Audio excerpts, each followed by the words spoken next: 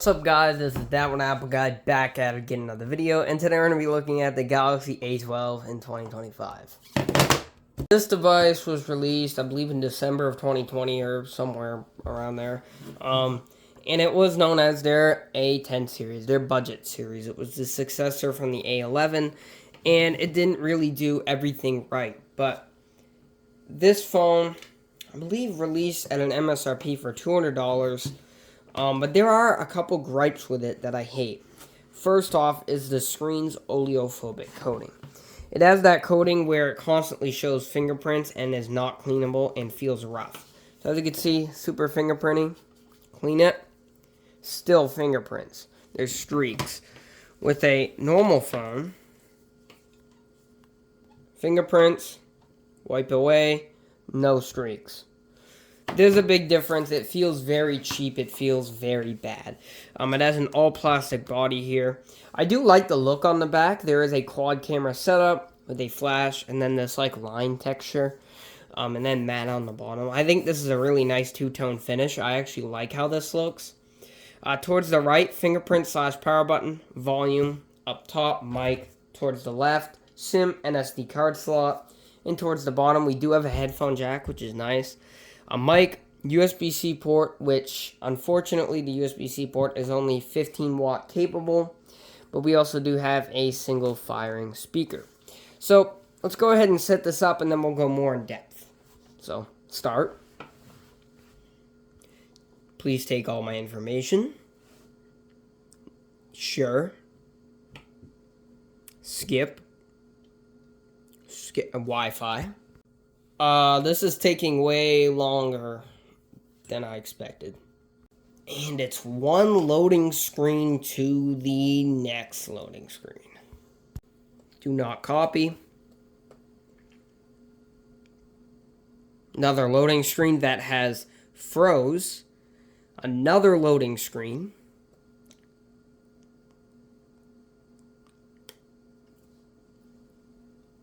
It really takes this long for Google account to load. I think we'll know how this phone performs.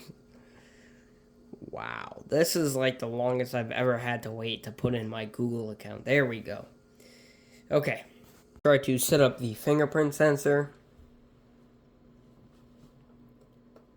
Let's put in our super secure pin.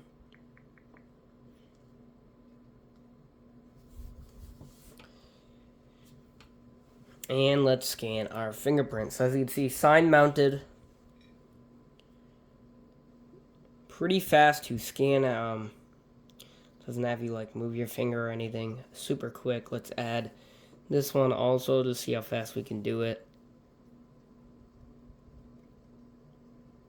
Super quick. Okay. And we'll see if that actually scans. Doing that just because, some people might, quickly set it up.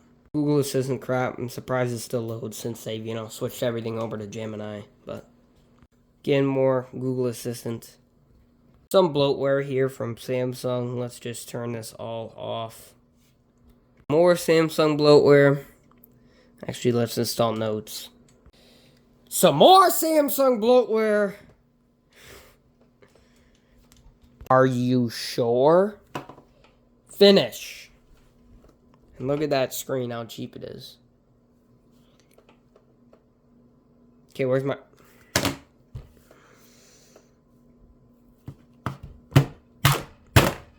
Oh! And US Cellular bloat. This is bullshit. I hate when, stupid companies do this. Straight Talk does it. TracFone does it. Total Wireless does it. US Cellular does it. It is absolutely terrible and it ruins your phone. It's stupid. I hate when on a Straight Talk phone on my Motorola, every time I update that phone, the stupid app's installed and you have to uninstall like 10 apps. It's just bullshit. And look, you say not to install them and they install the apps anyway. I told no, don't install these. And as you can see, Discover Bar, Candy Crush, Block Blaster. This doesn't come with your normal Samsung Galaxy A12 phone. You're not going to get any of these apps, any of this bloat. But if you buy one through a carrier, you just get all this stupid bloat. Especially a prepaid carrier. It's just stupid. It's just, there's no reason to do it. They just get money for doing it. It's just dumb. It's a real pain in the ass. But let me install some apps and I'll be back with you. Alright guys, that took way longer than I thought, but I got some apps. I don't have Geekbench for some reason. It wouldn't install. But yeah, let's clean this screen. This screen is absolutely terrible. I'm gonna clean it. It's still gonna be dirty. This screen's a piece of shit, but anyways, let's go ahead and look at the specs real quick on device info. So as you can see, we're running on a Helio P35 by MediaTek, so pretty bad processor here, very low end budget chipset. Android 12, so pretty old, but for a phone from 2020, it did get 2 updates, which is what Motorola's are getting now, so not terrible. It does have a 720p 60Hz screen. It's a 6.5 inch. There's nothing special. The viewing angles suck. Again, the oleophobic coating is terrible. The screen to body ratio is pretty bad. It's just overall not a great screen. It does have a little, teardrop notch, but the A11 had a little hole punch, so it's actually kind of a downgrade. So the screen ain't great, but it works. It has 3 gigabytes of RAM and 32 gigabytes of storage, but it did come in a 2 gig RAM variant, so this is like the upper one. But terrible. Even with 3 gigabytes of RAM, not much. And 32 gigs, pretty unusable now. It does have a micro SD card expansion slot, so that's one good thing, but overall, this is pretty bad. The battery is 5,000 milliamp hours, so that's a good thing on this. And that's about it for device info. Let's go ahead and look at Facebook, see if that works.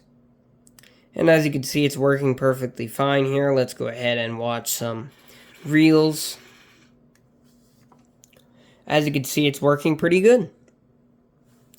The scrolling is actually pretty nice. It's not the most laggy thing in the world. Yeah, it's actually pretty nice. So Facebook runs fine. Let's try out Instagram. Loads right up very quickly. The scrolling speeds are actually not too terrible. It's a little bit laggy, but that could be because of the 60 hertz. It's actually not too bad. Try out the reels. Fine. I see nothing wrong here. It's exactly nice scrolling. Not too terrible, actually. So, Instagram, thumbs up. And look, you can even get 3 months free of XM. Pretty damn cool. Next, let's try out TikTok Lite. Yes, I did clear. TikTok. Okay, this is TikTok Lite, so it's not going to be the full-fledged, but it's actually super smooth with scrolling. Wow. This is actually, like, very smooth. TikTok runs fine. Cool. Alright, let's try out some lighter gaming. This is Geometry Dash Lite here. See how this runs.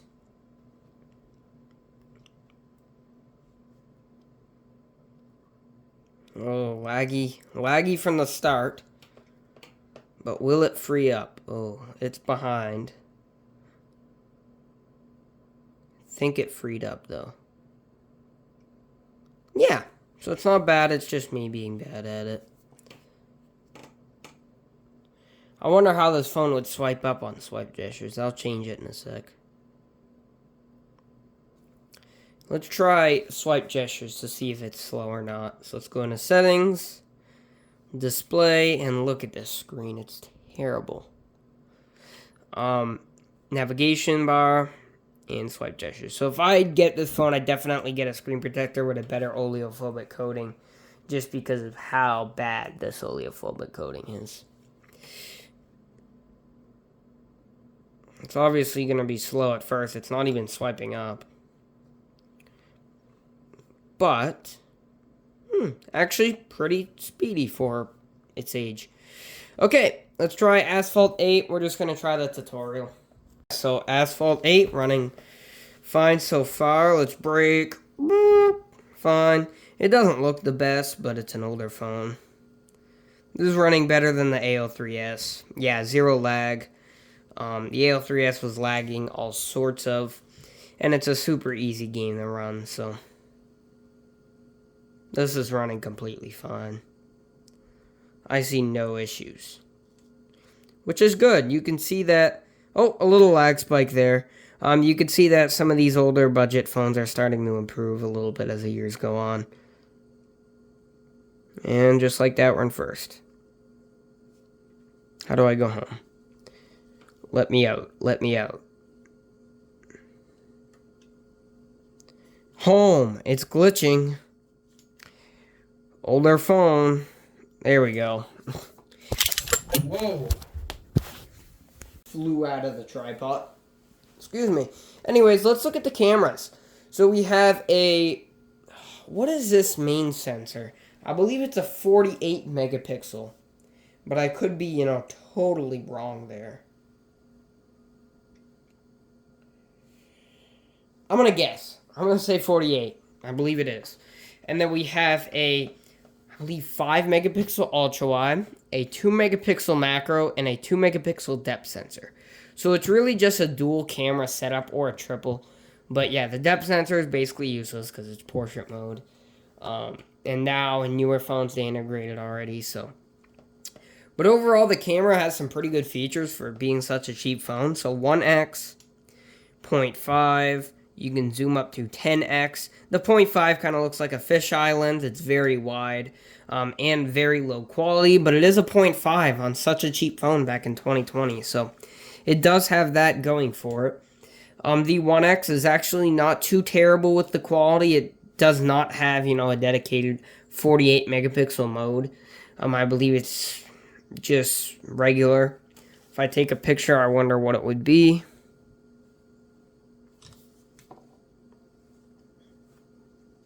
So yeah, overall the picture's not terrible. And it doesn't really say if it's 12 or 48 megapixels, but we do have video here, which you can record in the 0.5 at full HD 30, as well as over 1x, which is full HD 30 or HD 30, so 1080p or 720p. So pretty bare bones there, but that's about it for that. You do get a portrait mode. That is the depth sensor, so if I cover... it's not the bottom. Oh, yeah, it is. So if I cover that, too dark. If I let go, ready, cover, too dark. So it does do some stuff, but yeah, now they just integrate that into the main lens on newer phones. And we also do get Pro, Food, Panorama, and Macro. So no slow motion, no hyperlapse, nothing. Super bare bones, super, just point and shoot unless you want the 0.5. So that was the Galaxy A12 in 2025. Do I still recommend it? If you want to use this phone as like a dash cam in your car, or if you want to use this phone, as a navigation system in your car, or anything like that, perfectly fine. If you want to use this phone to scroll on Facebook, fine. If you want to use this phone to take little pictures like a point-and-shoot camera, fine. Anything else, like, as a main phone or as a secondary, I wouldn't. I'd go with something like an A15. You can get that for $40 right now at Straight Talk, or even an A16 for free with purchase of $45 plan. So not really worth it, but still a good phone for some simple tasks. So thank you guys for watching. Comment, like, and subscribe, and I'll see you in the next one. Peace.